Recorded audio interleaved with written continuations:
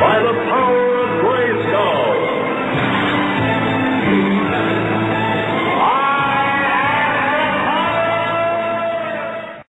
Hey, revolutionaries. Good to see you again for another Masters of the Universe Classics figure.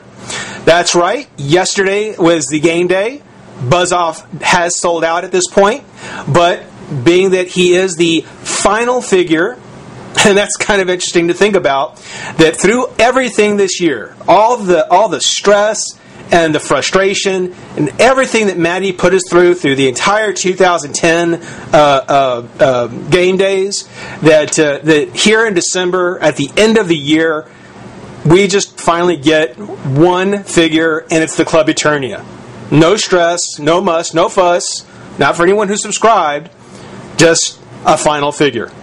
This is the way it was supposed to be when you subscribed. You just sat back and let it come in. Hopefully 2011, hopefully you subscribed, but for those of you who did, hopefully this is how things will work next year. Not a shabby character, though, because we are taking a look at the Masters of the Universe Classic Buzz-Off. And there is, as usual, the shipping box. Buzz-Off, no subtitle, no sub-logo, Dull Collector, Matty logo, and the figure. Love Buzz-Off. Loved him, loved him, loved him. He's one of the few characters from the 2002 version that I actually did enjoy watching. I still like his Filmation character design better, but he wasn't quite as bad in the 2002 series as I think they made him in the Filmation. I don't think Filmation treated him very well. But looks fantastic. Looks great. I cannot wait to get this box open. Before we do that, though, just a quick look at the packaging. Make sure everything is where it should be. We've got the dimple in the front, the white lightning on the sides as opposed to in the middle, like with King Grayskull. Master of the Universe at the top. Buzz-Off, heroic spy in the sky. Let's see here. Air holes. Yeah, got the air holes there. But not there. It looks as though we actually have two sets of air holes on one side and none on this side. That's interesting. That's different. I'll have to check my King Grayskull and find out, was that how it was last month?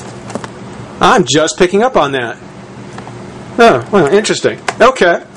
Well, on the back, we've got, of course, King Grayskull, who's already out. Stratos, who's already out. Teela, Chief Carnos, Man-at-Arms, Roboto, and Buzz-Off, both recent figures that have come out, and both of them actually have had appearances in the mini-coms together, actually. So, for the Grizzler story, for the one that was Buzz-Off story, and for Grizzler's story, they are both in it.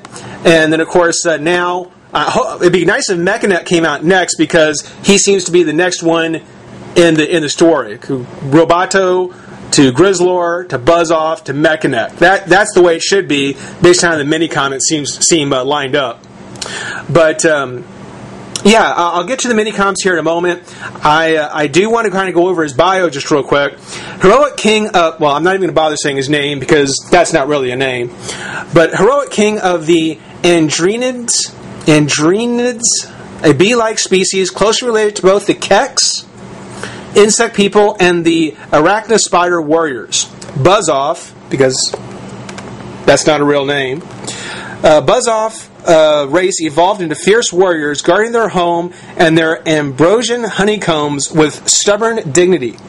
Although he initially preferred to keep his people neutral, a sky war initiated by Skeletor gave Buzz-Off more than enough reason to ally himself with King Randor and the Masters of the Universe. He often partners with Mechaneck, using his wings for airborne spy missions. So, why bring up Mechaneck so often? And who are the Keks? Well, it's one of the things where, take a look at this little ditty about the original minicom that came with Buzz-Off, and we'll be right back. I have to admit, going through the various mini-coms to find the original origin of Buzz-Off is pretty tough. As best I can figure, there isn't one. There doesn't seem to be a vintage mini-com that actually tells Buzz-Off's origin. So, as much as I hate to admit it, it does seem that the Masters of the Universe Classic bio here is going to be his official one. I did, however, want to give everyone a chance to take a look at the comic that came with the vintage figure. He-Man and the Insect People. Sounds like an appropriate title for a Buzz-Off story, right? Not so much. Opening with King Randor, and yes, that is King Randor, and Queen Marlena caught in an earthquake, Adam quickly gets his mother to safety and takes a chance to quickly turn to He-Man. After the earthquake, we finally meet Buzz-Off, 4 pages in, who makes just a very brief statement and begins his long stint in the background next to Mekaneck. And though it's never really explained, through the run of the minicom, we never really see one without the other. As for the story, He-Man and the other heroic warriors must venture deep underground to find the causes of the earthquakes and to beat up on monsters indiscriminately. Teela manages to fall into the web of the spider, and this gives Buzz-Off a chance to say another line. Mekaneck, so named because of his terrific hearing, managed to recognize the voice of this issue's villain. It's Beastman. He's captured the queen of the Keks. The Keks are the insect people to which the title of the issue is referring. It's really a shame that most of the events that are in this comic take place underground. It doesn't really give Buzz-Off a chance to show off being a flying spy. And because it's a story about insect people, he doesn't even get to serve as an interpreter between them and He-Man. So the character that comes with the comic, the figure that you get with the issue, really just gets relegated to the background. A sudden crisis with the Queen's eggs distracts He-Man long enough for Beastman to get away. For some strange reason, a thank you from Mekaneck rather than Buzz-Off of He-Man's rescue of the eggs still confuses the hell out of me. Taken from the spider's web, Teela is Beastman's hostage, but use a technique right up there with, hey, your shoe's untied. Teela gives Buzz-Off, He-Man, and Mekaneck a chance to get the drop on Beastman. Several pages of awesome minicom artwork fight scenes later, the story climaxes with He-Man throwing Beastman into the water, still underground I believe, and the Queen of the Keks arrives to drive Beastman further off. The heroic warriors become honorary Keks themselves, the mystery of the earthquakes is solved, and Buzz-Off with his buddy Mekaneck stands silently in the background. All right, so that's why that's who the Keks were and where at least they first appeared. So kudos to going back to the minicom there, and also a little bit of a tribute to the fact that I'm sure it was strictly by accident that it happened, but Buzz-Off and Mekaneck seem to be kind of joined at the hip in the early years. And I'm not done with this yet. We're going to talk about that more. But for now, let's go ahead and get Buzz-Off out of the pack and have some fun. Be right back. All right. Well, we're back. Hey, everybody. And we've got Buzz-Off now open and out of the pack. And, it is true that just like in the vintage figure, Buzz-Off here really uses about 85, maybe 90% of Whiplash. Everything on him, his entire body. The only things different being, of course, twists this around, the hands, the clawed hands, the new head, and of course the wings on the back. Everything else is really just a reuse of Whiplash. I don't care. I think that the presentation on Buzz-Off here is just fantastic. It's something where his vintage figure was a reuse of Whiplash, so reusing the same pieces again, I'm not even going to complain. I think they did a great job recreating the vintage figure and improving on it. A lot of it here is update. It's something where, much like Web Store, I wish I had my vintage Buzz-Off with me, but much of it is just update. The look on the face, still very much like the old vintage character. The colors, the patterns, the ridges on the legs. Again, all the same thing we've already seen, in his vintage version. Just update it with a little bit nicer sculpting, a whole lot nicer articulation, and just a very nice modernization. I really do love it. One thing about Buzz-Off that I always did enjoy was the eyes. I love the big compound eyes that he has here. I always thought those were really, really cool. Here it's kind of got this metallic, almost aqua blue color to them, which really stands out against the yellow and the dark brown. It's got, of course, his fangs. The pattern of the, I won't say hair, but it almost has kind of like a back hair pattern almost. I don't want to refer to it that way, but it certainly looks almost like it would be hair. He has the same kind of chest piece on the front that Whiplash did to kind of give him the chest ridges. So they went back to that original design, didn't try and do anything original on him. The sculpting on the shoulders, and then of course on the feet as far as the scales, on Whiplash it was very reptilian. You still get a nice insect kind of vibe from Buzz-Off, even when you have seen this on the other figure. Very nice gold paint on his belt. Nice shading along his chest, along the yellow bands. Gives it a real nice depth. I like it. It's even on the face to a certain extent, but not quite as much as I would like. It's mostly along the chin here. A little bit more across the rest of the face would have been really good. On his articulation, the head does twist. A little bit of an up and down. Okay, yeah, it's not bad. They haven't gone the way of the DC-UC yet.